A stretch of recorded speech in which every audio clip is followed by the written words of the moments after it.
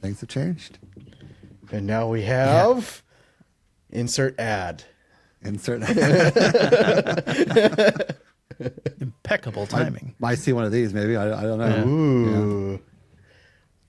Well, I was kind of wondering, later, while we're talking or whatever, I could go ahead and ask Donnie, how's that fighting system he's got sitting over there?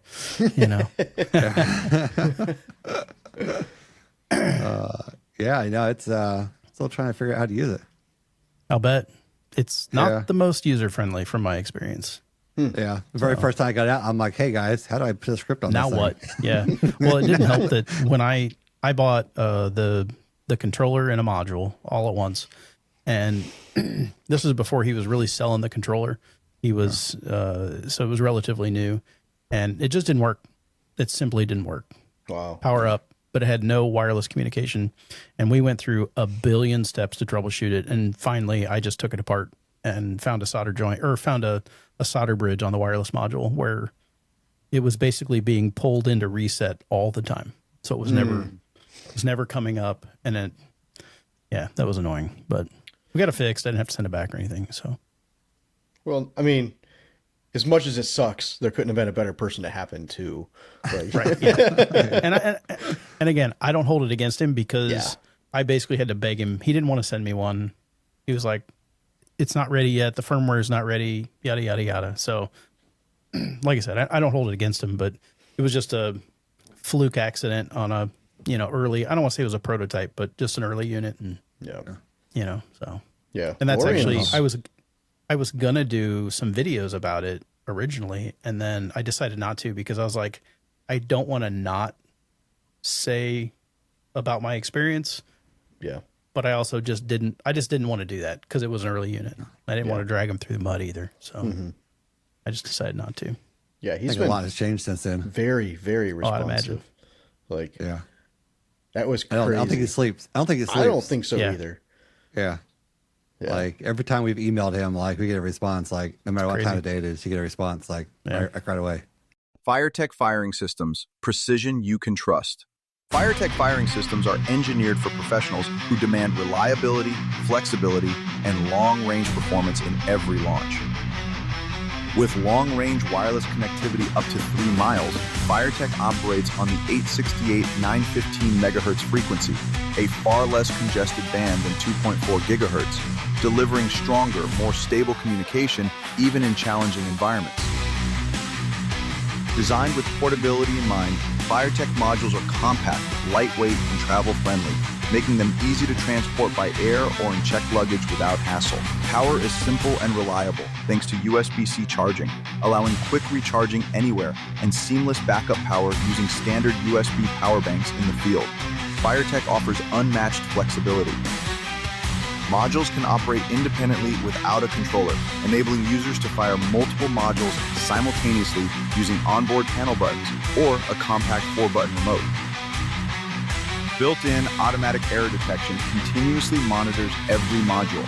Instead of manual testing, the system performs checks every few seconds and instantly reports any issues to the controller, so you can focus on the show, not the setup. For the first time, FireTech introduces advanced firing rails with lever lock igniter connectors. These innovative connectors deliver a strong, secure connection without relying on springs and allow for fast, tool-free connection and disconnection.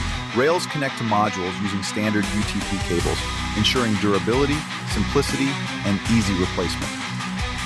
FireTech Firing System. Smarter control, stronger connections, and confidence at every launch.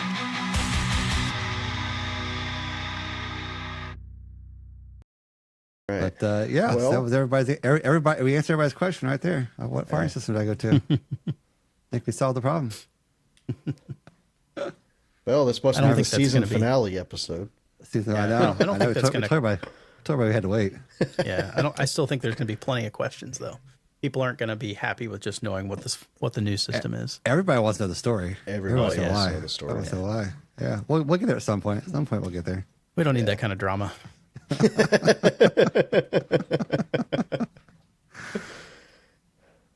So you think if I take my 882 Qs, I could upgrade and get 1,000 Qs? Is that what you're saying? Oh yeah, probably so. I think so. Yeah. Yeah. I Who know. needs I know. 1,000 K, Qs? K-Cap's going 18,000. to do another I think buy in the spring again, and Lorian will probably give us the same Deal. sweet deal he gave us this time around. So I got yeah. 3 months. I mean, because I got a case controller which was dual frequency, so to work on the old mods and the new mods. I've got the audio box, and then I got 5 of the 64 Qs, and then I've got I think I've got 20 slats that came with them, plus covers and all that kind of stuff. So Nice. yeah, and I had money left over from my Cobra sale. So Yes. When did you you- sell your I Cobra mean- stuff? Was it after the busy season last year? yeah, it was what, a couple months ago. Yeah, About just 2 a months couple ago? months ago. Couple Oh, of Yeah, 3 months pretty ago, recent. maybe. Yeah. Gotcha. It wasn't that long ago. Yeah, It must have been somebody else I was thinking that must have sold some Cobra gear probably August last year. Yeah. Or Yeah. yeah. So, I don't know. Yeah, this was a little more recent. So got lucky with who bought it all, and Yeah, that was insane. The timing was. bought the whole lot, everything I had, slats, bought all my muxboard slats I had with it, Cool. like bought everything. So Makes it easy to logistically, you don't have to worry about all the splitting it up and all that kind of mess. yeah, I posted People- on Facebook, and within like 15 minutes, I had people message me wanting the whole Yeah. batch, or some people wanted to split it up, and I'm like, I want to sell it all because I don't want anything left over, right? Like, Yeah. just take it all, like. Yep. So yeah, It's it worked out price to good. go. Get rid Yep. of it. Yeah, all in the tub, ready to go. So it was it worked out good. So Did you have to ship it or did you do somebody pick it up? no, I actually picked it up. They just happened Awesome. to be Even better. somebody was in the area driving on the way to Spirit of 76, and like, I've got a guy that's an hour from you, and you guys can meet up. Yep. Deal. It would have been a pain to try to ship all that. Like, Yeah. I agree. Yeah. yeah. So yeah, it worked out. It If you worked out pay for us, so. attention, you might see it on New Year's. I see it on New Year's. I don't have time for that kind of stuff. Do you need another 1,000 Qs for Skywars? I mean, I need like now like 4,000 or 5,000 for Skywars. When in like, doubt, more keys, right? Yeah. my show team keeps telling me that I got to cut back. We can't do 5,000. I'm like, we're gonna do 5,000. Like, just why not?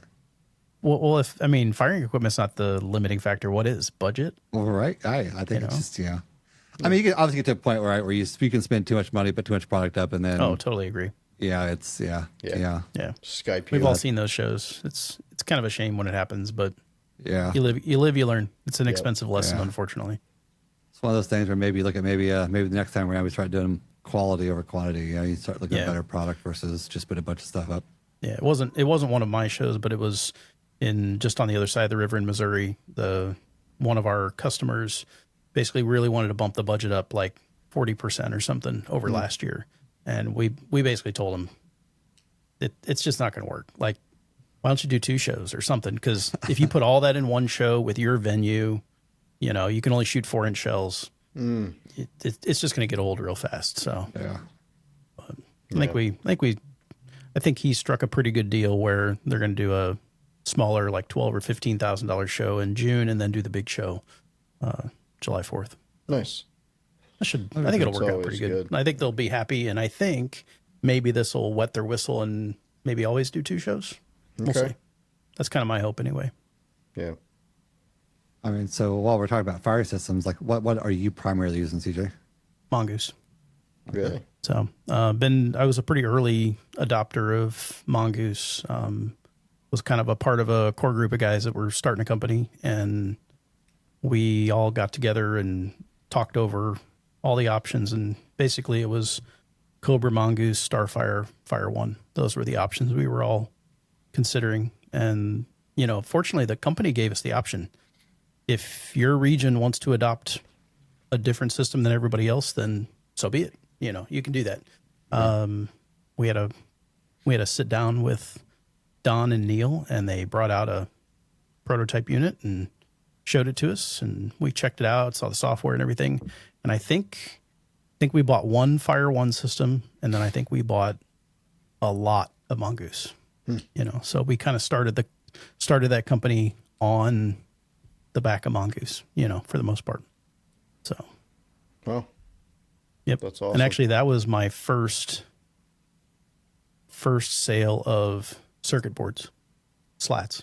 It was before it was muuxBRD, but that's kind of where I got my start. Is they contacted me you know, when they were in the process of just getting this company started and said, look, we want to use these.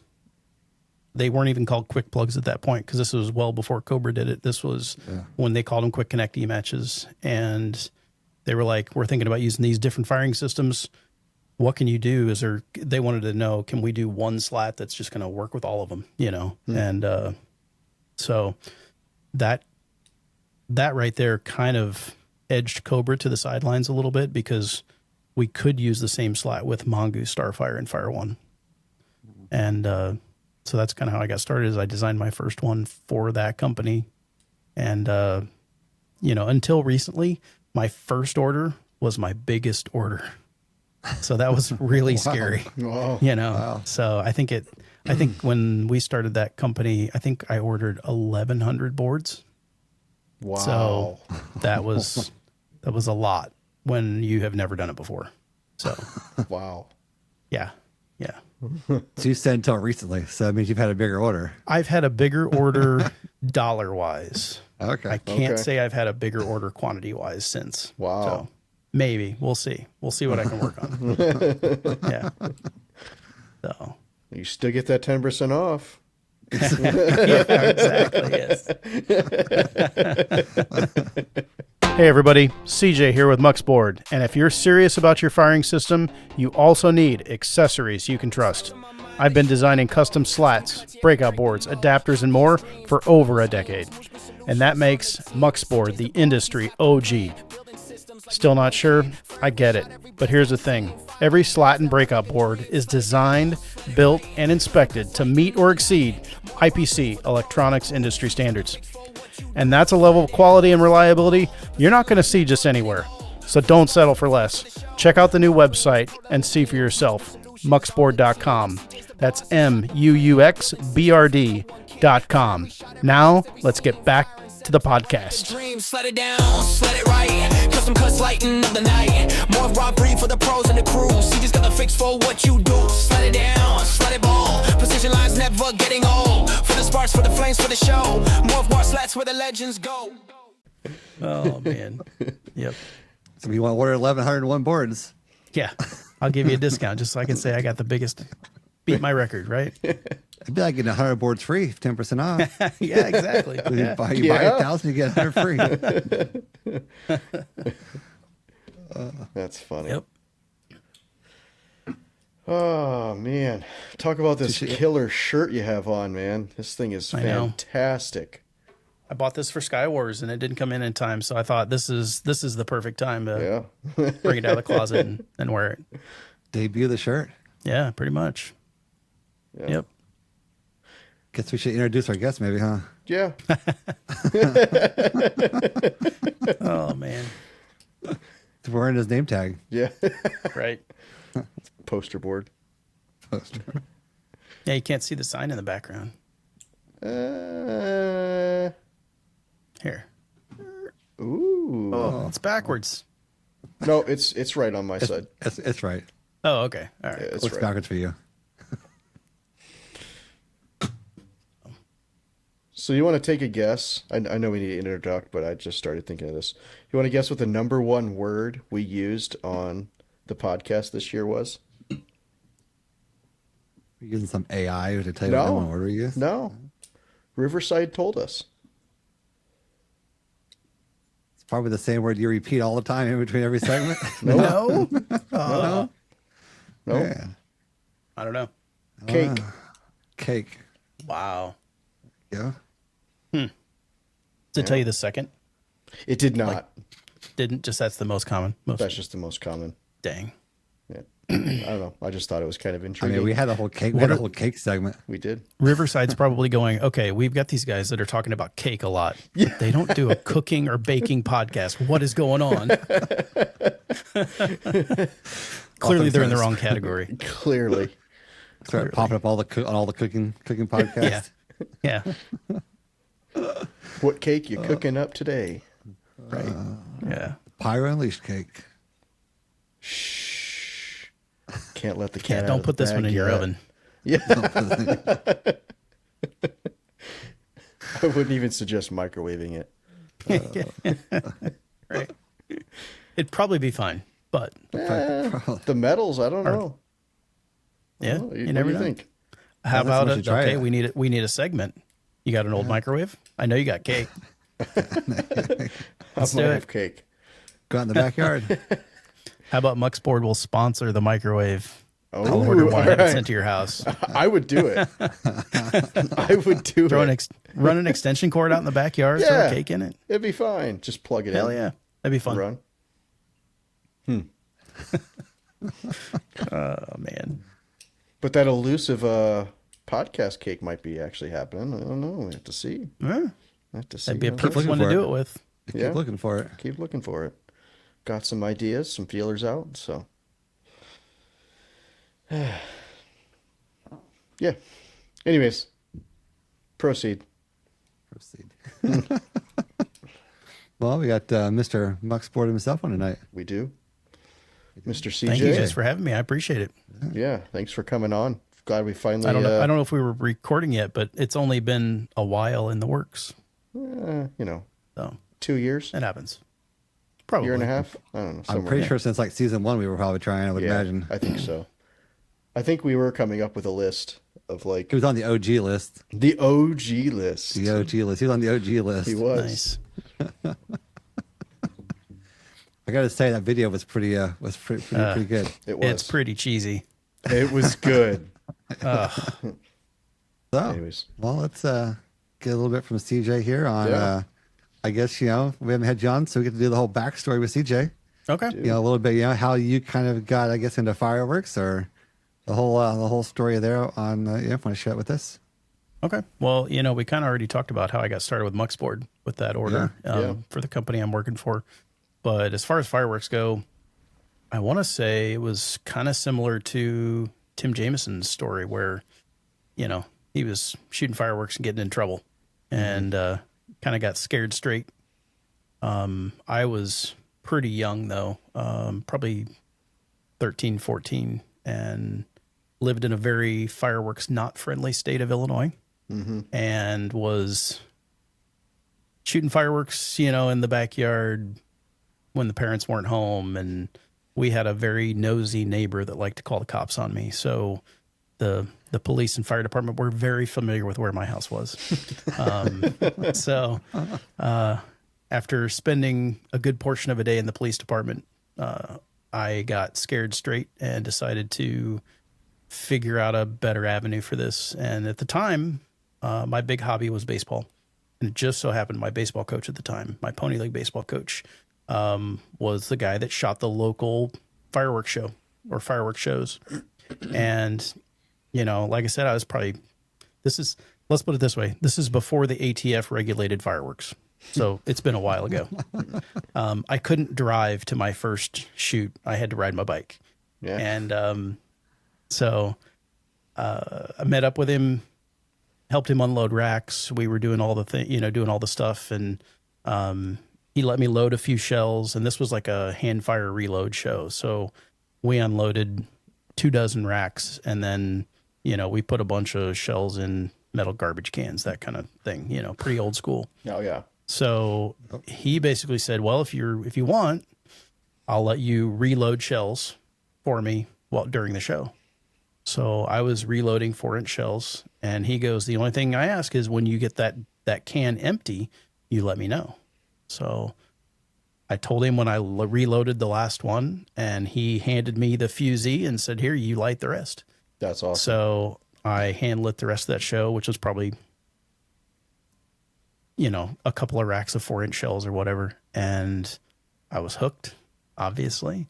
And I shot with that company for a number of years until I moved. And then I've worked for half a dozen different companies over the years, in various capacities and everything. So, but yeah, so that's kind of how I got started.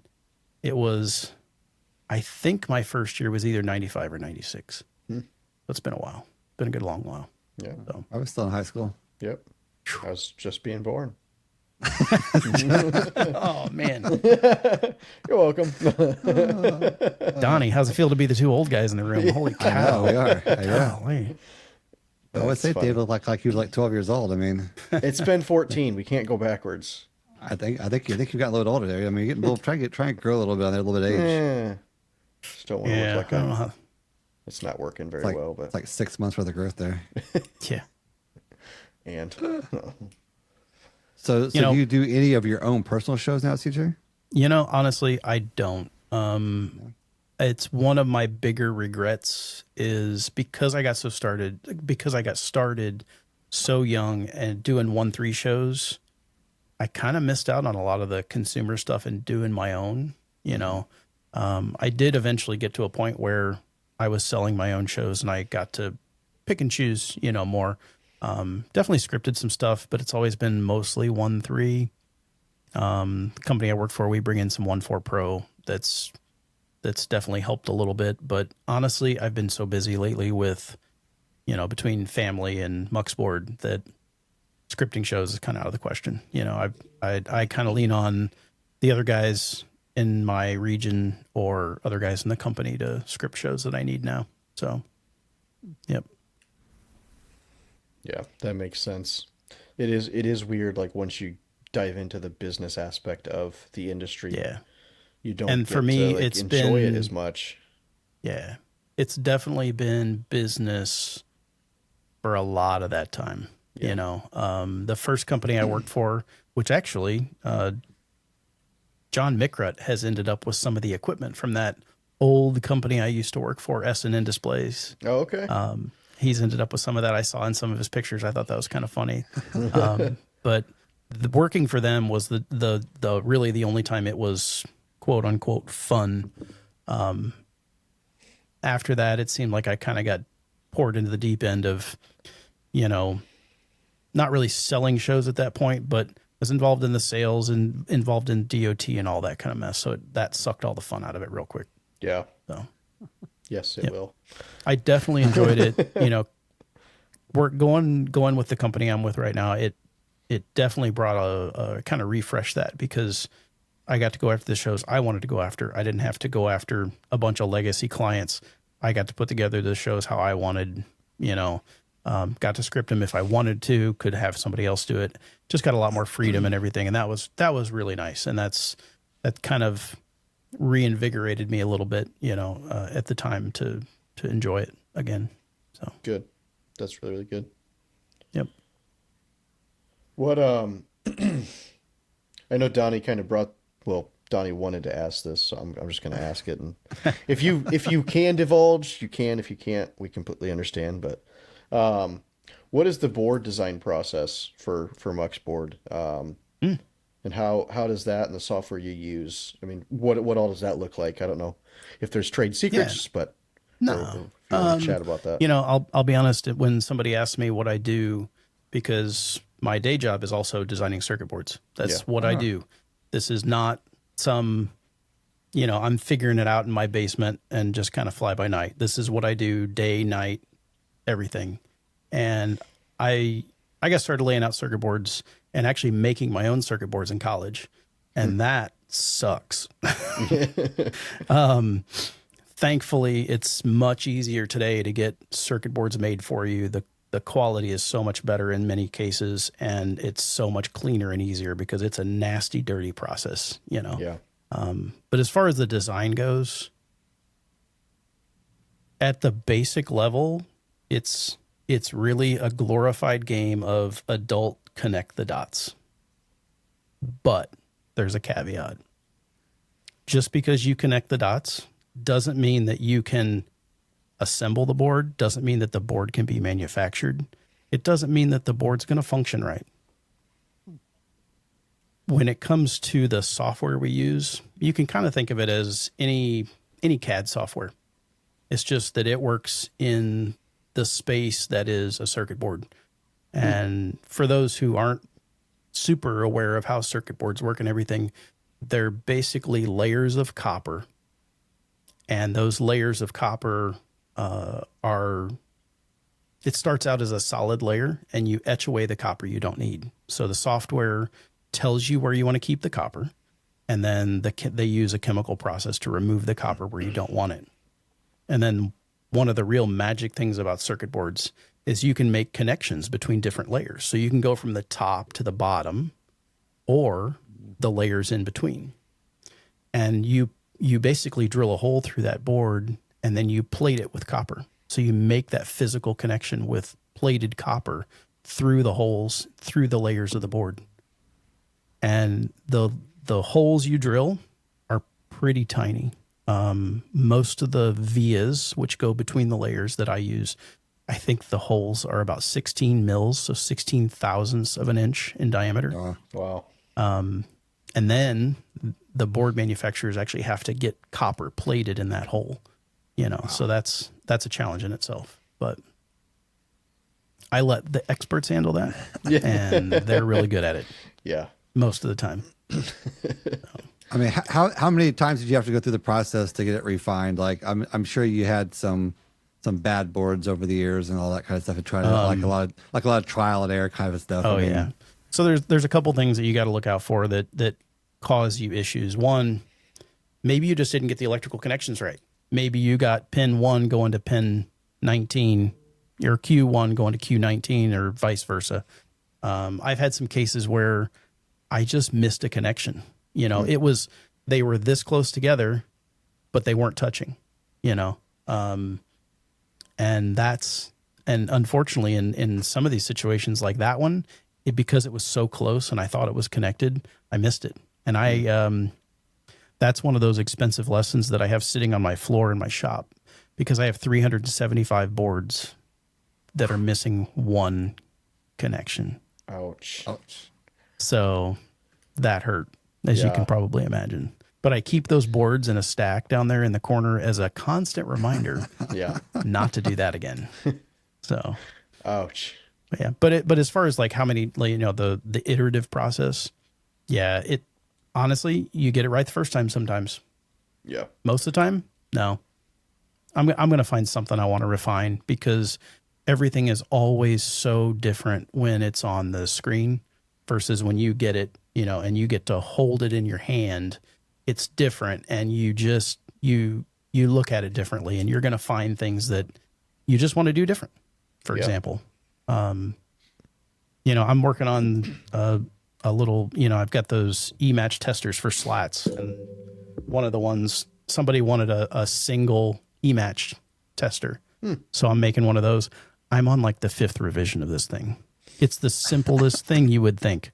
I've made testers before, but for some reason I keep screwing this up, and I decided to get fancy. I didn't want to just put an LED on it. I wanted to come up with something different. So it's just been a nightmare. But I think today I actually just got the last prototype, and I think it's about done. So awesome. That's good.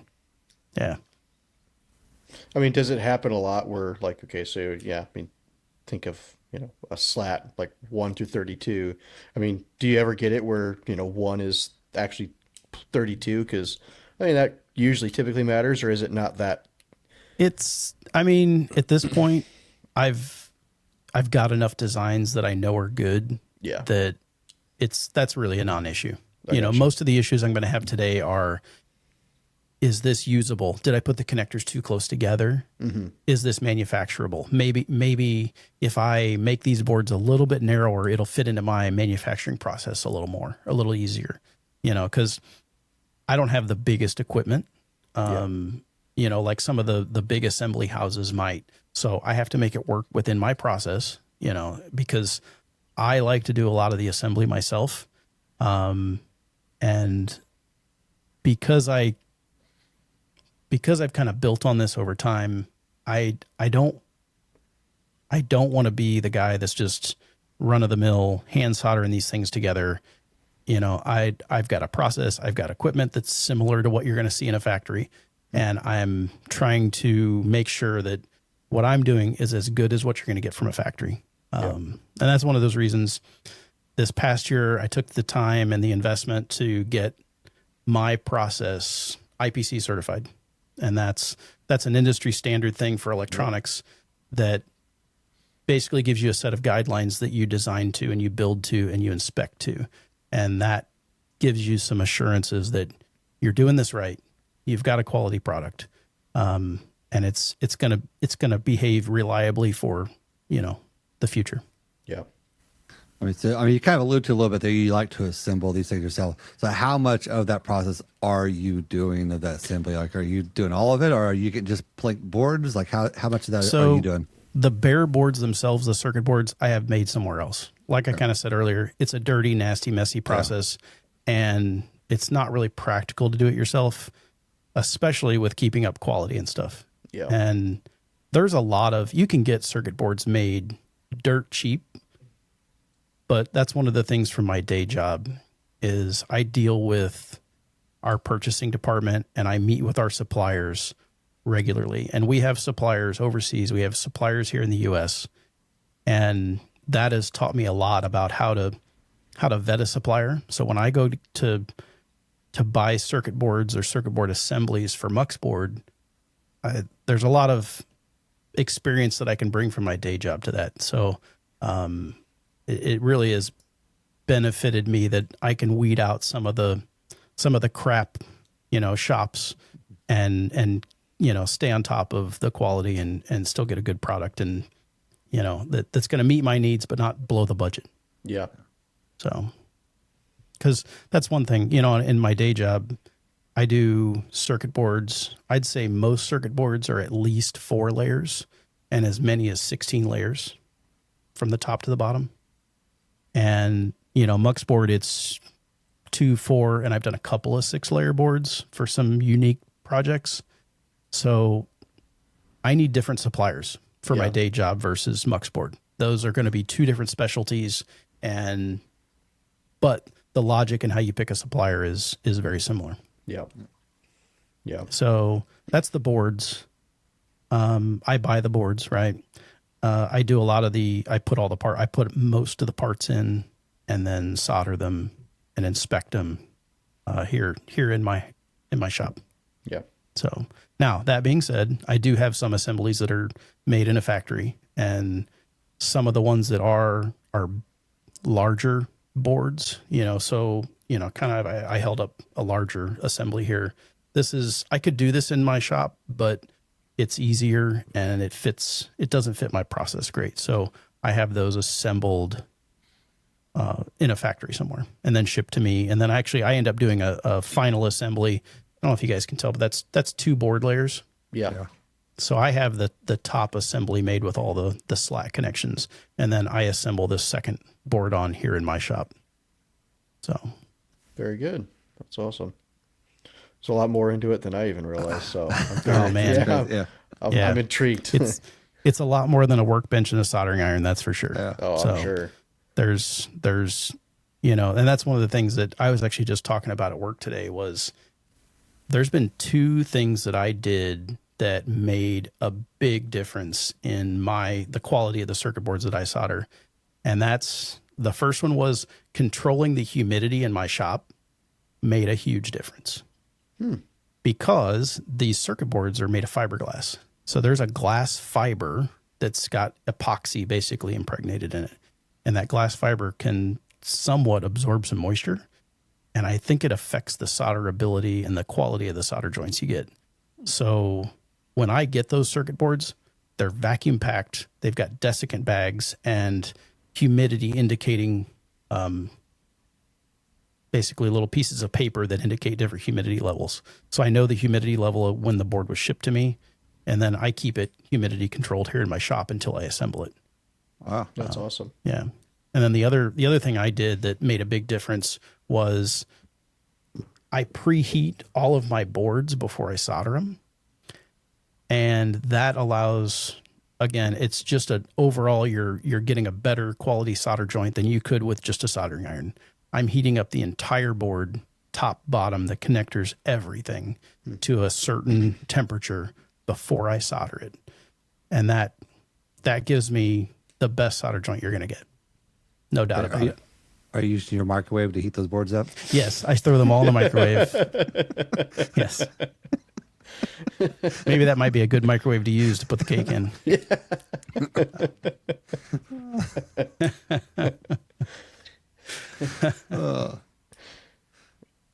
So you have boards for all the fire systems, right? Or I mean, is there anything that you're missing out on yet? I mean, I got all the big names. I think obviously Cobra, Mongoose, Fire One, Starfire. I have some older Fire Tech. I'm not doing any of the new stuff for various reasons. But what else do I have? Obviously, I got some stuff for Ignite, and I just put a few things out for Firefly during the off season. So that way they can kind of get away from those the multi clips, I guess they call it, with the coils. If they want to use e-matches, it's kind of fiddly. So I put out some adapters for that so they can use quick plug or regular e-matches. So that's kind of cool for Firefly. I don't know. That might be about it. I mean, you've had some pretty creative ideas on some stuff. Like I also like on the Ignite stuff. That was pretty impressive. The creativity on how you had the plate that sets on, like plugs on top of the module. Let me tell you, that was an iterative process. That took a lot of revisions and a lot of time.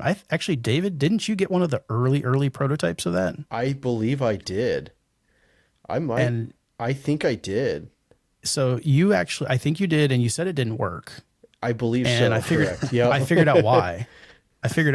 And actually your feedback on that, even though you don't know it, was really instrumental in what I did, because what you discovered is if you install it backwards, it doesn't work.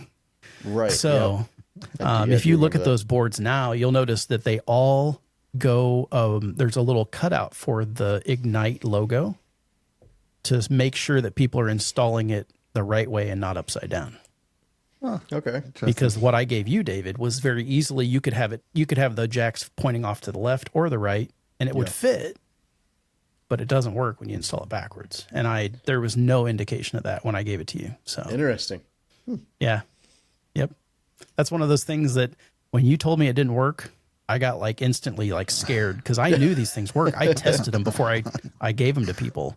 Yeah. And I'm like, what is going on? And then I finally figured it out. I was like, oh, I installed it this way. He installed it the other way. Yeah. So have you ever created, I don't know who it is, so I'm not going to even attempt to say who it would be. Have you created anything where it's like a quick plug adapter that fits into like a regular terminal? I did do a few of those at one point. Okay. Yeah. I never came up with a good way to make it stable. Like in the connector. That's where I see the fault in them. Yeah. Yep. Yeah. And that's kind of, it's a tricky thing, because everybody wants that flexibility and to be able to do that easily. What are the little 4Q Chinese firing systems? You get them on eBay. I can't remember. They got the terrible name, but I've had a bunch of people ask me. Yeah, I've had a bunch of people ask me to do something for that would give them quick plugs.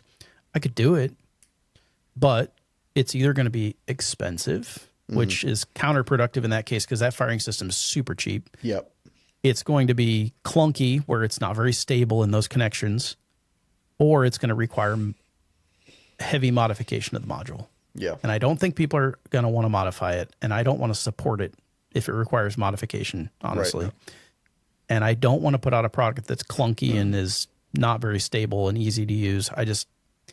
If it's not something I would want to use, I'm not going to build it. Yeah. And if it's really expensive, it's just not going to make sense. So I actually have that firing system sitting over on my workbench. I look at it every once in a while and think about it, but I haven't come up with a good solution. Yeah, I mean, you do have to start looking into that. Like, at what point in time do you is it not cost effective to do something like that? Yeah. Yep. Totally agree. Yeah. Yep.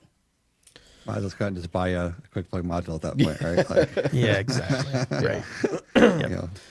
Yeah, because I've seen there's a couple people that have made adapters for it, but like they 3D print a new case and they've got standoffs and they got a manual wiring, and I'm like, that's all great, but I don't know. I just don't. It doesn't seem worth it. If you want to do it for your own system, it probably makes sense. But if you want me to design and build and ship all that, it's just not. It's not going to be very feasible, I don't think. Yeah. I will say you do have some pretty cool slats out there that do have both capabilities on them. I was going to say, I love the dual terminals. Like, this one here. Has anybody seen this one recently? Fantastic. I've used that a lot. I use that a lot because you made a bunch over somebody. Where have you seen one of these recently? In a video. That was pretty cool. Yeah. Saw that in the Tom Was it George video. Tom Betger. Okay, that's what I was Yeah. going to ask if that's where that was. Yep. That was pretty cool. Yep. Yeah. The first time I seen it was Dan. Dan had them, and I was like, "These are cool, Dan." Dan's like, "Yeah, I had CJ make these for me." And, Yeah. and they're great because you get that flexibility, right? Because a lot of times, when you're doing shows, you get stuff that's pre-matched, and you're mixing it with stuff that's already that you're putting quick plugs into, and having that one board, having to pigtail a bunch of stuff to make them all quick plugs. That is definitely the kind of thing that, maybe you have all quick plug slats, but you have 10 of those. For those situations where that pops up, hey, I'm going to go grab one of those combo slats instead of the all quick plugs. And it's funny we bring that one up because that was definitely an iterative process with Dan, because he had a concept in his head and I was like, I can build that. I don't really like it. It didn't seem quite right, but I built it and I sent it to him and he was like, yeah, that's not quite right. So we changed it. We changed the aspect ratio and moved things around and did it again. And it was like, oh, this is way better. So we went with that. And then that's what you see today. Yeah. So Yeah, they're really cool. Yeah, they work great when you got your single shots and your little flames and strobes all that on the same position, right? You just plug them in the same slot. And honestly, that's one of those things that I love about muuxBRD. If I could just do custom one-off stuff all the time, that would be awesome. Yeah. Because that's the fun. That's where all the fun is for me. I love doing the weird stuff that may not be mainstream, may not be something you need 1,000 of, but it's cool. I've done some stuff, some one-off stuff for some like special effects kind of deals where they wanted to control some AC lights, with their firing system. So I built a little box that had a relay in it that they could control with their, firing system to turn it on and off or whatever. And, you kind of think like a Halloween scene where you've got a light that's broken and it's like flickering on and off. Well, they wanted to be able to flicker this light on and off and ignite pyro, something like that, kind of similar. So, and I did another one a few years ago where they wanted to control some pneumatic cylinders with their firing system. So I did something similar where you've got a pneumatic cylinder or a pneumatic valve, essentially, or a couple valves in this case. And we hooked those up so that you could use your firing system to actuate these pneumatic fixtures and stuff, which was kind of cool. Interesting. So, and those are literally one-offs. I mean, I built one or two for the guy and that's it. So, I mean, for you to build something new versus, right, you're just reproducing the same things over and over again. Is there like a huge cost difference between having to custom make some one-off things like that, that kind of add to that cost? Or yeah, I mean, even if you take the labor out of it, there is a pretty decent cost for developing something new. When, in the industry, it's NRE, non-reoccurring engineering, so basically this is one-time upfront cost that you got to put in to tool up a project, whether it's fixtures or drawings or films or whatever it may be to build something new. There is some cost there that you've got to eat or pass along or whatever it may be to do something new. Yeah. One of the things I realized recently was actually it was these boards that I was showing you earlier. These required a fixture to assemble. I didn't realize that when I had those built. I didn't realize it until I saw evidence of it when I got them. And that was something that surprised me, that they looked at my design and actually was able to give me some feedback. Hey, if you do this again, if you make a small change, we can avoid using these fixtures, save some cost, save some upfront NRE, that'll benefit me down the road. And that's something that was really cool to get that feedback. And honestly, it seems like it's fairly unique to that supplier that happened. So that's good information for me to know. And I will, be able to change that in the future and avoid that, and kind of streamline the process. Yeah. Do you have like a wall of, I mean, this is kind of off the wall, but do you have a wall of every one that you've made? You're like, I just got to have one. No. I do have a lot of I've got like a Rubbermaid tote that I keep a lot of obsolete stuff in. Okay. And it's got there's definitely a few old prototypes and stuff that I've kept around because it's like, well, I'll throw away the others, but I'll keep one, you know, or something like that. But yeah, it would be cool to display a lot of that, but you know, it'd take up a lot of room too, because there's been a lot. Could imagine. I mean, the stuff you see on the website is probably 20% of, no, it's probably 10% of the stuff I've designed. Wow. You know, I mean, there's just a lot of stuff that I've done that I don't, it's either an outdated design, or it was a one-off, or it was a custom job, or something like that. There's been a lot that you don't see in the background, for sure. Now I'm looking. You look at the website to see what's over there. And that's actually one of the things I'm going to work on with the new website is I'm going to create kind of a section that's just for legacy designs. Yeah. Because like this off season, I redid all my Cobra slats, and I've already got people going, no, I don't want the new ones. I've got the old ones. I want some more of the old ones. So I'm like, all right, I got to find a way to still support some of these legacy designs, you know, for a little while longer. So yeah, that's an uphill battle that I'm dealing with. So obviously, if people want custom designs, like you're open to any crazy idea that somebody might have, especially in the off season, guys. If you're listening, don't come to me in May and want something custom, because I'm probably going to have to tell you no. Yeah, I hate to be that way, but in all honesty, if we're being honest about it, if you want something custom, it could be as quick as 2 weeks turnaround. Could be 2 months, honestly, depending on the time of year and everything. If you catch me at the right time, if you just want to put your company logo on an existing design, and I've already got an order going through and the timing is just right, I could probably turn that around in 2 weeks. Okay. But that's going to be the exception rather than the rule. Typically, I'm going to tell somebody, if you want something custom, we're going to start at 4 weeks, count on 6, you know, realistically. So, and then come in a different color. What's that? Do they come in a different color? They do come in some different colors. I actually just quoted one. So there's a handful of like standard colors, which I'm going to miss some, but red, green, blue, black, yellow, white, purple, I think are standard colors.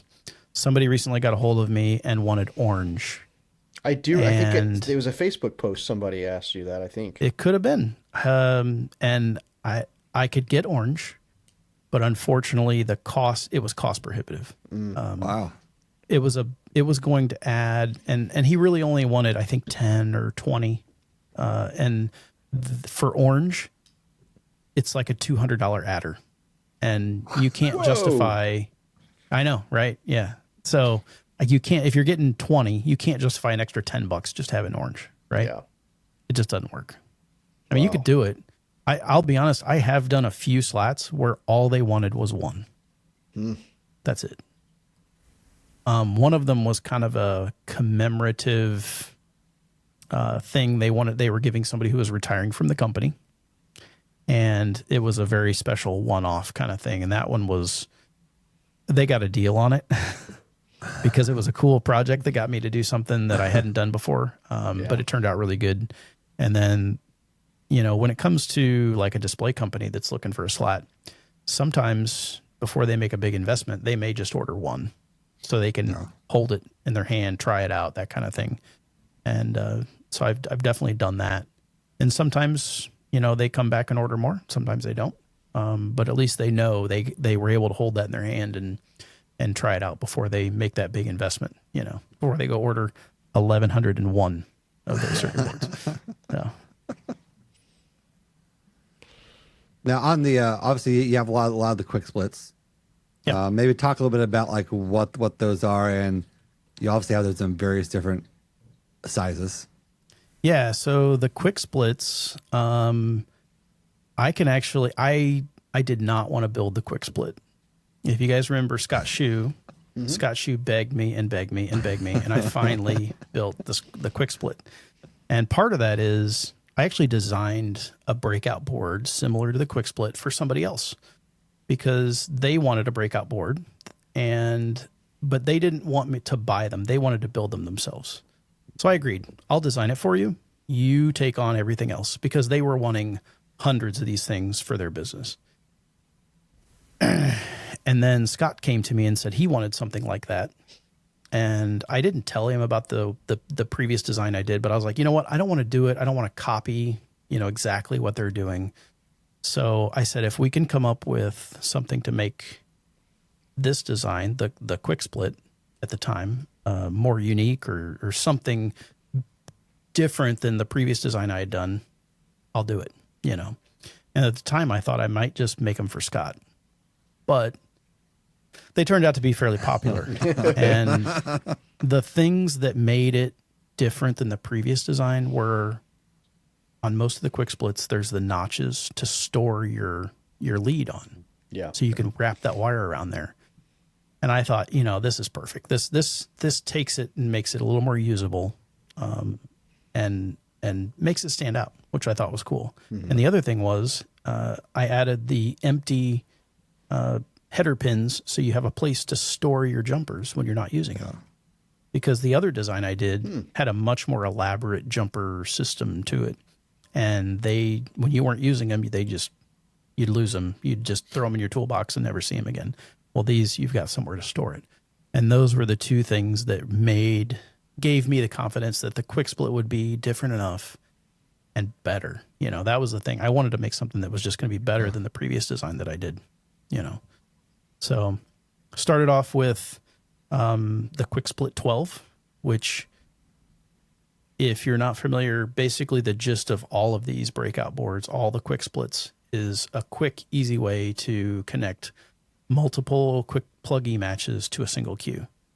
And the quick split 12 will allow you to do up to 12 in series to one queue on your firing system. And, when you look at the whole lineup now, it's expanded immensely. And, you've got anything from the quick split 2 and the 2P, and the P indicates that it's parallel instead of series. And you've got a quick split 4 and 4P, the 12 and the 12P. And then the other expansion of that would be, I've got some 6Q slats that I've kind of kept under the quick split name. And those are kind of unique. Those were another, not my idea. That was a user idea. Actually, that one was originated by Rick Boss of Sky Elements Drones. Sky Elements, now. Yeah. He used to have his own display company, and that was his idea. And I built some for him with his company name, and I actually made some for Preston, who is also Sky Elements Drones. Yep. So, and then I decided, you know what? Maybe I'll try making these with my logo in a slightly different configuration. Again, I did it a little bit different. And those are the quick split 6x4 is what I call it, or the 6x4S. And the S has 2 RJ45 jacks in series. Yeah. So, but basically that's a 6Q slat where you can connect up to 4 E-matches in series with any of your 6Qs. So you can hook up 24 E-matches to a 6Q slat, basically. Yeah, it's awesome. So, and I don't know if you guys have had to do this, but if you have to series wire quick plug E-matches, it's a pain. And it takes forever, and it slows down the process, and it really screws up the whole quick and quick plugs. Yeah. So breakout boards is where it's at, and the quick split is kind of the original quick split or breakout board that's been available, and it's been wildly successful. It kind of, some years I sell a lot, some years I don't, and but there are definitely a lot of people out there that swear by the quick split. It's, if you're trying to get more E-matches on your firing system, if you're limited on queues or whatever, it's definitely the way to go as far as getting the most out of it, I think. Yeah, I was having some conversations. I don't know if it was in one of the Discords, like they were talking about, like, what is, when would you use this type of thing, right? When would you use a click split even? And I was trying to explain to him at that point of when you wanted to fire, more than one thing at the same time, basically. We can't all have enough queues to do one match per queue. Yeah. Right? We would all love to, but when reality sets in, having some quick splits laying around is going to be a lot easier and quicker than the alternative, for sure. I know they saved us countless amount of minutes in our blind pirate Sky man. Wars. Yeah, I'm sure. Yeah. Oh, yeah, there you I go. was like, Yeah. I got a whole bag of these things. Let's pull them out. Let's pull them out. Yeah. Yeah. And again, that's one of those things too that it really, I think it behooves you as a pyro to have some in your toolbox. Yeah. You know, just in case. You may not use them all the time, but when you need them, they're there and they're ready to go. And you're going to be happy you had it. It's the Boy Scout model. Be prepared because you never know. And honestly, like sitting here looking at the price, like to save your rear end on on an emergency, like what's $8 for a four breakout board, or a quick split 4, like Yep. saves Yeah, you. it's definitely one of those things that I get a lot of last minute. Oh crap! I don't have enough. Can you overnight me some quick splits? Yeah. I've had to do that a couple times. So, actually, I think it was James Howard. He did the mass launch at Sky Wars this year with Crackle. I believe He so. used a boatload of quick splits, and I'm pretty sure at one point I had to overnight him like a box of quick splits on like July 1st or something. So, because he was like, I think if I remember right, I left town. I thought they were in the trailer. They're not. I'm here and I don't have them. Can you overnight them to my hotel or something? Yeah. Oh, And I think one of the other newer ideas you have, obviously, is those little testers. Oh, love the tester. Yeah, Really? and I Cool. like the Love iteration of it, right? Because the first Yeah. iteration used a 9-volt battery. Yeah. that was rough. Those were Used a rough. 9 and the new ones have the little tiny little flat CR batteries. They have a 3032 little buttons on the batteries, side. You 2032. push, like, There you go. yeah, Yeah, they turned out really good. You're absolutely right. That iteration was huge. It made a huge difference. And it's a more usable product. It's a more aesthetically pleasing, and honestly, it also functions better. And then the other issue that I will say is it's a safer product now than it was before. So, Yep. yep. The big thing is there were some 9-volt connections that were exposed on that old design that if you weren't careful, you could, if you're using traditional E-matches, you could land in a wire across a couple of places and get an E-match to fire. And I did some things to alleviate that, but it wasn't perfect. And now with the new ones, that's not an issue because that 2032 battery by itself, it just can't pop an E-match. There's just not enough energy there. So, yep. Yep. I don't know if you guys saw it, but I got begged by somebody as well to do a DB25 cable tester. So I made one of those recently too. So I think I just Interesting. seen that. yeah, it's not super fancy or complicated or anything. It's just looking for continuity, just kind of like the continuity testers. But it basically puts an electrical signal through each pin of the DB25 one at a time and lights an LED. So you basically hold down the test button. It cycles through all 25 pins and gives you an indication of whether if it's connected or not. Yeah, I just Cool seen stuff. that. Yeah. Pretty basic, but it gets the job done. And for some of those people that are real anal and like to test their cables all the time, it scratches that itch. Yep. I just toss it down there and hope it works. Yeah, that's where I'm at too. Yeah, I don't think I've ever tested a cable until I build a cable tester. If I hook it up and the cable doesn't work, you know what I do? Go get another cable. Go get another cable. Like this cable isn't melted yet. It's still good. Yeah, Yeah. I had a couple cables that might have got a little too close to fireballs, probably. yeah, it happens. Yeah, a little toasty. Yeah, right. Well, where are we going to see at this next year? I know we're getting real close to the 26th year. And Oh man, I don't know. The only thing I've really got locked in at this point is I'll be at Elevate. I'll have a booth Okay. there. So I'm really excited about that. yeah, I got to go last year, didn't have a booth, but talked to John and we finally were able to strike a deal and make that happen. So I will be there. I'll be doing some on-site sales. So probably have some stuff on sale if you want some slats or whatever. I'll definitely be doing a pre-order because I can't bring all my inventory of everything with me. That's just not going to happen. I'm going to be bringing some T-shirts. Chris Odell, one of the competitors, just hooked me up with a boatload of T-shirts. So I'll be bringing some of those. Awesome. Yeah. So hopefully, I'm still trying to come up with some good giveaway ideas. Last year, I think I used up all my good ideas. So The bottle opener was pretty sweet. bottle opener was pretty sweet. Yeah. I think I might have to, if nothing else, I might do a bottle opener, and I might just start putting the year on it. Maybe I'll do a bottle opener and put Change the color. 2025 and see if we can get people to collect them all. Yeah. You know. But, That would be way to go. and I've got a coworker at work, Tom, that he was my beta tester for the bottle opener, and he put it through its paces, and he's still using it to this day. And every once in a while, I get a text message from him with bottle opener leaning up against a blue moon that he's opened up with it. So it's if you think that the circuit board material that I make my slats out of is not very strong, that is proof. When you can open up that many bottles of Blue Moon, it's just a fun way to show the durability of what a circuit board can go through. I'm sure as the year progresses, you'll probably be at some of the other events. I mean, I would imagine you'll be at Yeah, Skywars. I would imagine I'll be at it's like that. Skywars. Yeah, Skywars is a no-brainer.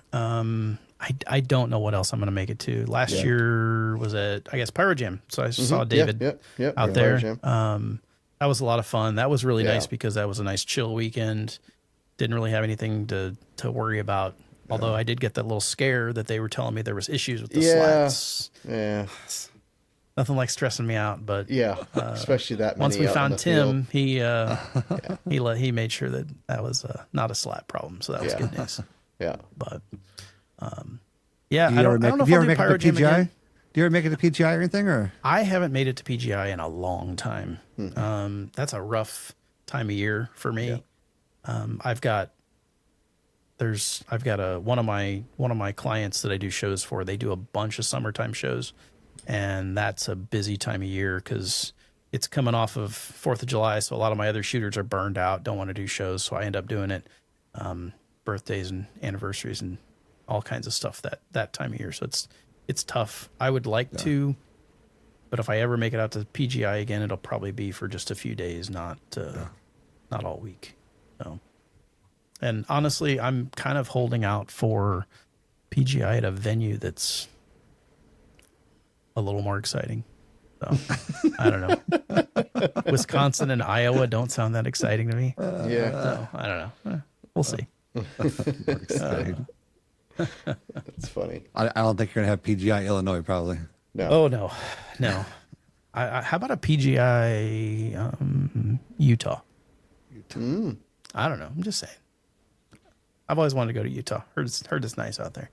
I have to talk Been to Craig Western Winter about Blast a few Utah. times. I actually considered doing Western Winter Blast again this year, but couldn't make the schedule work out. It was kind of I just thought of it in the last few weeks, and somebody asked me if I wanted to go, and I was like, ooh, maybe, but I couldn't make it work.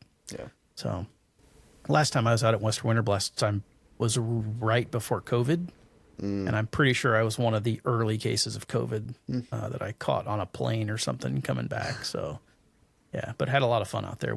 The company I work for, we did a show. Okay. That was a lot of fun. That was a pretty wild experience doing the grand public, man. It's a big site, a lot of stuff to do, and man, it's dry and hot out there in February. Holy cow! I never dreamed I'd get so sunburnt and have a sore throat because the air is so dry. But it's a good time. Yeah, Arizona can be like that. Yeah, it catches you off guard. That's crazy. One of the things I've always kind of been wondering is, how did you guys decide you want to do a podcast together? How'd that happen? We competed, and David started advertising on Facebook. I want to do a podcast. He did. wants to do it with me. Really? Yeah. No kidding. Yeah. Huh. Yeah. Interesting. We competed against each other, and then my wife goes pushing me to do something bigger in pyro than just working a 9 to 5. Well, I mean, not that pyro's a 9 to 5, but Right, yeah. so I was going to do something on YouTube, and then I was like, eh. So then I decided a podcast was the way to go, and Yeah. put some feelers out, and had. I made the cut, I guess. Well, I did. It's You were the weird. only one that commented on that post. No, it's funny. I think I talked to 4 or 5 people actually. Did you? Yeah. And not that, I mean, any one of them would have worked, but I think Donnie's ideas kind of aligned with, some of the stuff that I wanted to do. And I know some of the other people I was talking to, they had a lot more industry insight. And not that Donnie doesn't, but knowing that he would be able to ask some of those questions that I wouldn't think to ask because I'm, a little bit more in depth in the industry. So it worked out. And I think it worked out good. Yeah. yeah, it's important to have that, that, I don't know, you can mesh. You each have different strong suits, right? Yeah. So Help kind of balance each other out. Yeah. right. Yeah, you got to keep these industry guys in check. So, yeah. It's funny. That's one of the. He says in the industry, every time I'm asking for something, he doesn't have it. He doesn't know where it's at. Yeah. So I'm like, what good are you? Yeah. Like, what good are you? Like, It's the source that I was asking for didn't know where it was at either. So, oh, you're Girandolas? yeah. I mean, I've only been asking you for like waterfalls for like months, and Oh, you're like, jeez. I don't know. Like, I can't get any. Like, I found him. Well, I mean, kind of. Blue waterfall was the one. Yeah, would be Blue what- more waterfall, wow. specific. Yeah. Yeah. Nice. Hard to find, by the way. Really Yeah, I hard was to gonna say find. I can't say I've seen one, to be Yeah. honest. Yeah. That's one of the things that's kind of unique about, I've worked for a bunch of different companies and everything, but two of the fireworks companies I worked for were startups, so it's kind of there at the very beginning and kind of going through that process. Obviously I wasn't like super involved in investing or anything in the company, but it's really interesting to kind of be there at that inception and be able to help make some decisions. There was, like, for example, when we were talking about Mongoose and everything at this company I work for now, I didn't realize they were asking me for my input, but they invited me to this meeting to meet Don and Neil and, look at the system. And, it's one of those things that everybody's input matters. Yeah. But sometimes you kind of have to, again, lean on your strong suits. And they were like, hey, CJ's an electronics guy. If we're buying a firing system, why not see what his input is? And, and at least get some idea of, what he thinks outside of fireworks, in the electronics realm, which is why when we were passing around that Mongoose module at this meeting, we were at like a big, like, horseshoe kind of table, and the Mongoose module got to me, and I flip it open, and what's the first thing I do? Pull out my screwdriver and I start taking it apart. I know I've told that story before, but it's one of my favorites because That's awesome. the look on Don's face when I'm pulling this thing apart and he's trying to talk to us about it and show us the software up on the screen and everything, and he's just keeping it real close on me, like, why is this guy taking it apart? So, but hey, if you want my my input, that's what I do with firing systems. I buy them, I take them apart, and then they go in a box and sit on the shelf for the most part. Yeah. So I try to put them back together. But I definitely have an 18M over there that's been never fired, just been taken apart and put in a box. Yep. So it happens. So CD didn't come up with his own Franken firing system, right? Where he's gonna start combining them all together into one, right? Well, it's actually funny. The before the 6M was a thing, somebody asked me, "Hey, how can I make an 18M smaller?" So that's one of the things I did is I took an 18M and just stripped it down to the bare essentials. I got a smaller battery for it. I got rid of all the Q strips. I wired up. I think he wanted 8 Qs for what he was doing, so I only wired up 8 quick plug connectors and basically hot glued it to the board. And then I had a friend of mine design and 3D print a little case for it. And it was, I mean, this thing was the size of a couple of decks of cards, so it wasn't much bigger than a 6M is, but we took that 18M and really stripped it down, got rid of all the key switch, jumpered that all out. And that was a pain to figure out how that key switch was wired. I still don't know how I figured it out, but basically replace that with a little tiny toggle switch so you could basically put it into the different modes and stuff. But yeah, and then, and I also got rid of the antenna. I got a teeny tiny little, it's actually an antenna made out of a circuit board that you were able to put in place, connect with a little tiny coax cable and everything. So that was one of those one-off projects. I haven't talked to that guy in years. I wonder if he still has it, to be honest. That'd be fun. sitting on somebody's shelf somewhere. Yeah. Yeah, exactly. You know. Yep. Yeah. Yeah, you're right. I probably should pull out one of those tubs and go through a lot of that old obsolete stuff, because there's probably some pretty funny stuff, although a lot of it's probably pretty cringy. I wouldn't be wanting to show off a lot of it. There's some stuff in there. Hey, Elevate booth, you can display some of your old prototypes. I could. Yep. Again, I don't think anybody really wants to see it. So. And there's also some bad memories in there too, because remember I told you I had those circuit boards I messed up sitting in the corner. There's about 100 circuit board assemblies in there of something that I made for somebody, and then they never paid me, and I still have them, and they're kind of a custom thing, so I can't really sell them. So, yeah, you want something custom anymore, you're going to be paying up front. I learned that lesson the hard way. So, Yeah. Well, nothing wrong with that. But, yeah, nothing wrong with paying up front. Not Live, you learning learn, the lesson right? the hard way. Yeah. I have no problem extending a little credit to companies and stuff, but you know, when we're talking about custom stuff, yeah, we're gonna at least need a little down payment. Yeah. Right. So, At least cover the cost of the hardware. yeah, something. You know, gotta ease that the pain when something does go wrong. Yeah. Yep. Good. Cool. All Let's right. see, I want to hop in this final five. with Final CJ here. five. Oh Final man, five. at that time already. That's one of the things that was on my list to do at work today, was figure out my answers for this, and I never did. So we're gonna have to do it on the fly. That's good. That's Sounds good. Okay. All right. Question number 1. Bucket list event that you have not yet attended. Montreal, Ooh. without a doubt. All right. Yep, I want to go. There's a couple people I'd like to go with that have been before, and I don't know. Well, I got to pick a year and then start seeing if I can find somebody to go with me, because I'd rather go with somebody else. I think it'd be a lot of fun. Yeah. So. Especially if they know the ropes and kind of where to go and what not to do or what to do. Yes, because I'll be honest, I've actually never left the country. Yeah. Not that Canada is really that much different, but you know, it's one of those things. Have either of you been to Montreal? I have not. I want to go to Malta so bad. I want to go watch the Tower of Lights.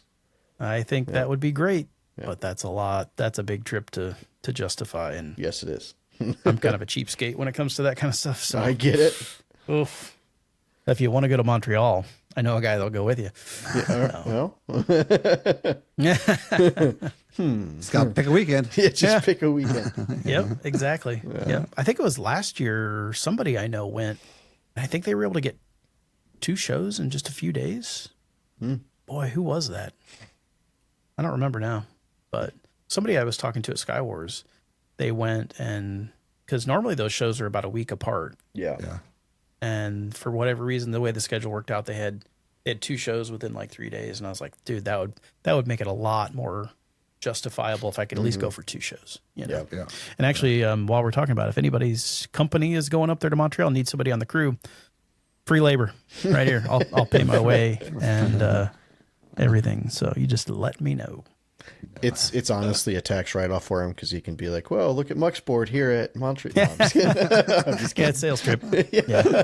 Well, I mean, Pyro Jam, I was just out there supporting Tim Jameson and all those slats he's bought from me. You know, Yes. You gotta do what you gotta do. For sure. Yep. Yeah, I don't know how many queues those Montreal shows are, but holy cow, I might supply the slats. I'll loan you the slats if that's what it takes to get there. On the slats. Question 2. Favorite fireworks show you have shot or been a part of? Ooh. There's 2 that come to mind, and they're very different. One was, these were actually both not my show, but I was part of them. One was a rooftop show down in Oklahoma. We shot it from like 10 rooftops. Wow. That was a blast. It was dozens of pyro llamas that we put up on these rooftops. A lot of fun. Worked with a great crew, and was a really cool show because the street between these rooftops was just packed full of people, and they loved the show. And from where I was, you could just see the expressions on their face when you do these comet runs and everything. It was a blast. That's sweet. The other one would be, I think it was last year, I went down to Texas for the F1 race at Coda and worked with JJ. And while that was the tiniest shortest fireworks show I think I've ever been a part of. It was an incredible amount of planning, logistics, and work. It was insane. But I'll tell you what, that trip, I went down there with Rob, Seema, and I had a blast. I think Rob had a good time, but it was so much work for so little, so little. I mean, I think between the 2 days, I think we shot less than 3 minutes of fireworks. Wow. But it was days of setup and logistics. It was literally a nightmare when it comes to that stuff, but it was also a lot of fun. So those were both very memorable shows that I will probably never forget. Interesting. Yep. And here's a good one here. We kind of touched on this earlier. If you could only have one, which would you choose? Hand fire or e-fire? Oh man. I actually did think about this when you asked it to somebody else. I started off hand firing. Now I e-fire everything. I think I might go back to just hand fire. But I love slats. I love e-matches. I can't give that up forever, so I'm going to have to go electric. I'm doing electric forever. Okay. Till I die. All right. Number 4. What is your favorite firework effect? It's almost... It's got to be the willow. I don't, it's just iconic. It's what I remember from fireworks as a kid. Yeah. It's that effect that gets that emotion going with people. It's got to be the willow. But I will say I will give honorable mention to the cross set. I think it's way underutilized. Agreed. I think it is elegant and simple and needs to be used more. So Yeah, there's some really nice crochet like shells out there that are really kind of cool. Yeah. And I wanna somebody, and that's the see- thing, you see kind of a lot of crappy cross sets. When you see a good one, you know it, and they all break at the same time. And I don't know, I like it for something that's low impact. It does the job, and it's like I said, it's kind of underrated in my opinion. So I've seen double cressettes. Is there such thing as a Yeah. triple crescette? I think so. Actually, I'm pretty sure. I don't know if you guys ever. He was pretty small time, but he made some amazing stuff. Dwayne Lloyd used to have Lloyd Pyrotechnics down in Missouri. He made some of the most amazing cross sets.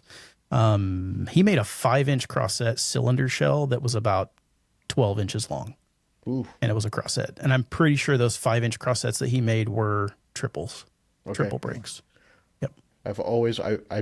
I think that would be really cool to see in person. Yeah. Like, I haven't talked to Dwayne in probably 10 years. He works for Precocious now. oh, okay. Him and his wife both.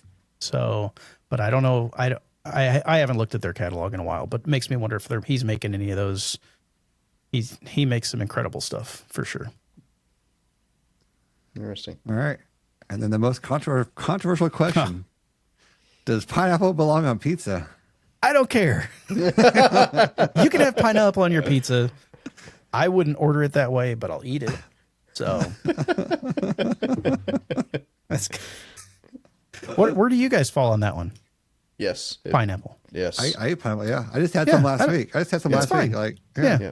It's not really something I would choose. Okay, what's something that doesn't belong on pizza for you guys? Anchovies. Anchovies aren't that bad. They get a bad rep. Olives for me. Really? I love green olives, but I hate olives on pizza. I don't know what it is. It's just me. black olives are the best. Nope. See, I'm not a big fan of, like, I like tomato sauce, obviously, but I don't like roasted. Where's this going? I don't like roasted tomatoes on a pizza. I don't know why. What? I don't. Okay. I don't know. It's a texture thing.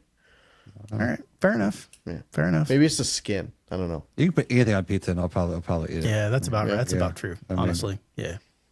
Yeah. Yep. So pizza is just toss stuff on As there. I get older, I'm finding I actually like my pizza a little simpler.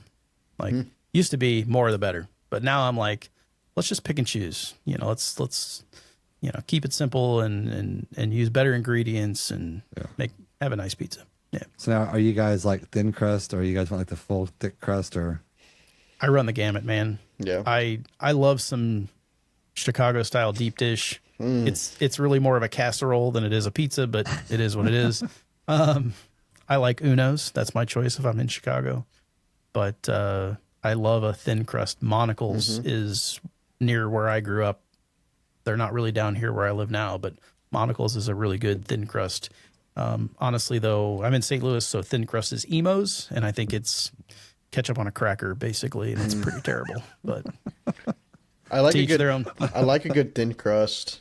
I like a cheese filled is really good, but Oh. I mean, yeah, if you're going thick crust, you have to have a sauce on the side, like a cheese sauce. Okay, interesting. Interesting. All right. Yeah, we're mostly thin crust people. So. Yeah. Yeah.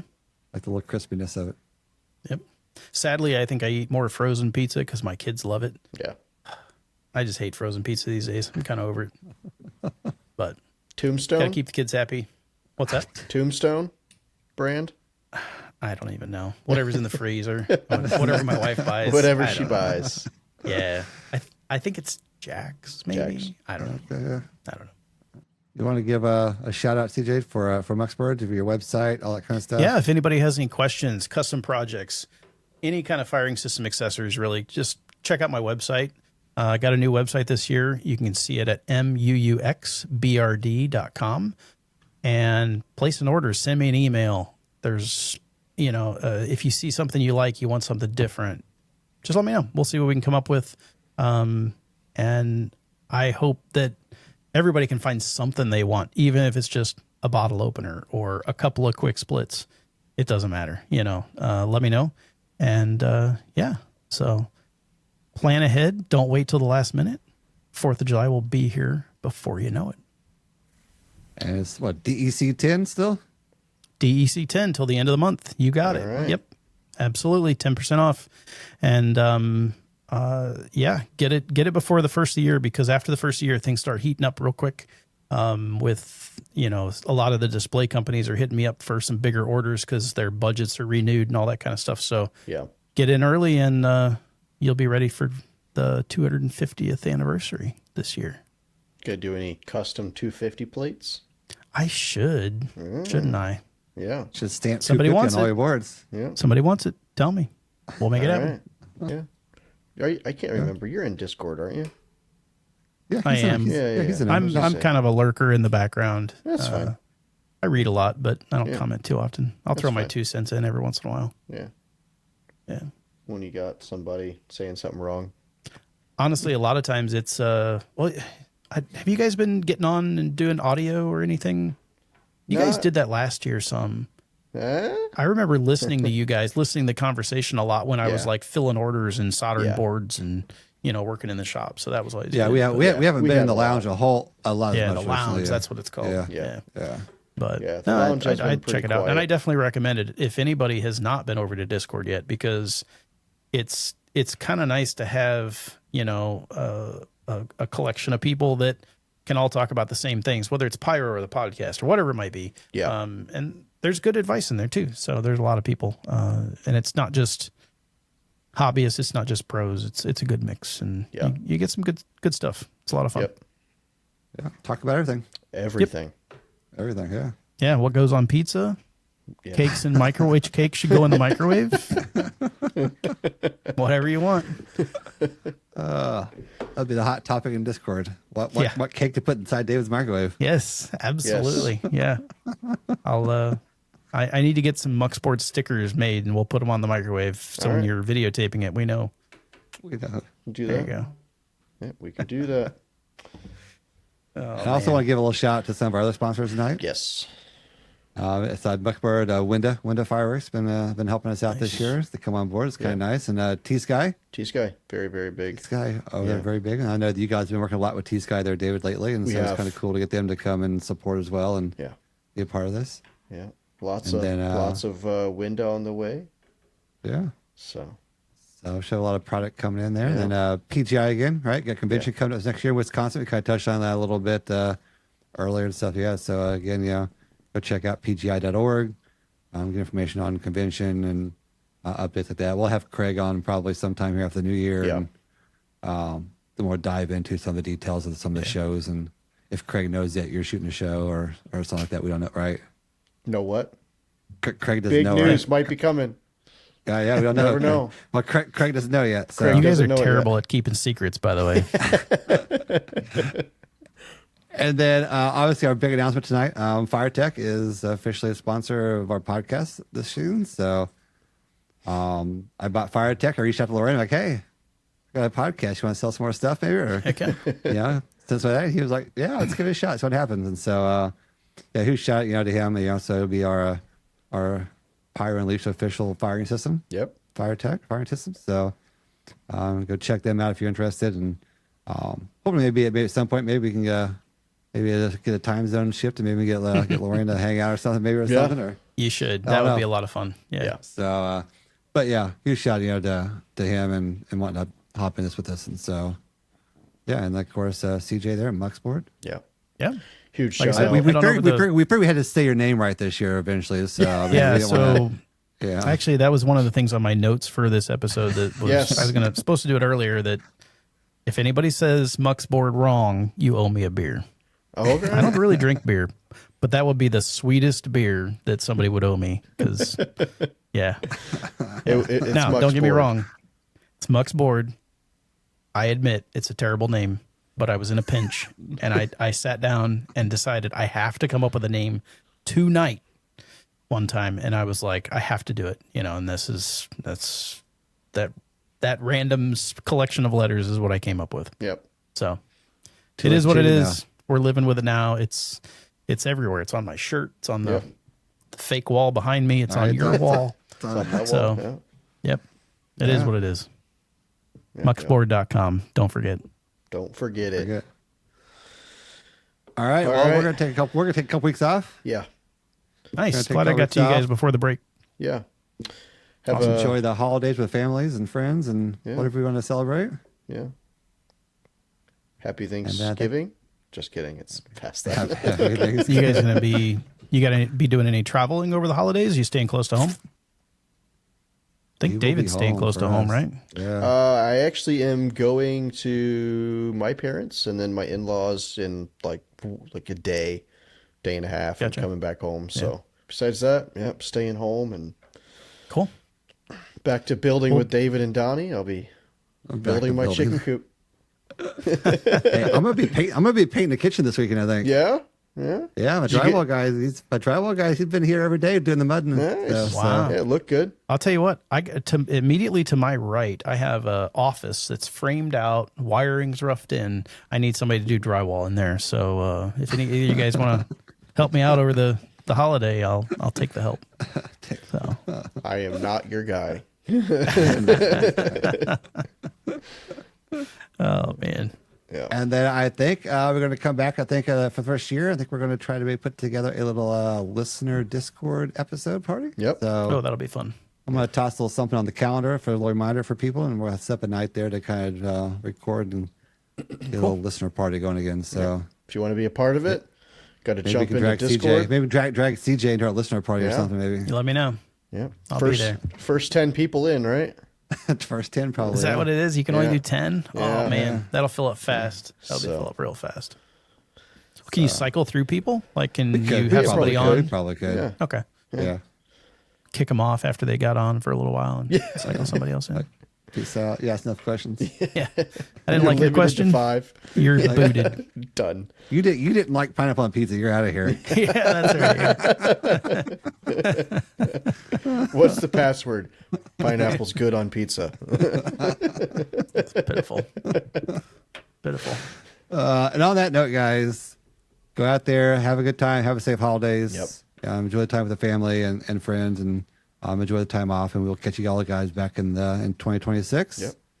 So we'll see you next year, right? Yep. If you're That- blowing that's the stuff same? up on New Year's, stay safe. Have a good holiday and see you on the flip side. And guys, go out there and unleash your inner pyro with us. This has been another episode of Pyro Unleashed. Come back each week for more industry insights, technical tips, and awesome pyro designs. Have fun out there, be safe, and as always, remember to unleash your inner pyro with us.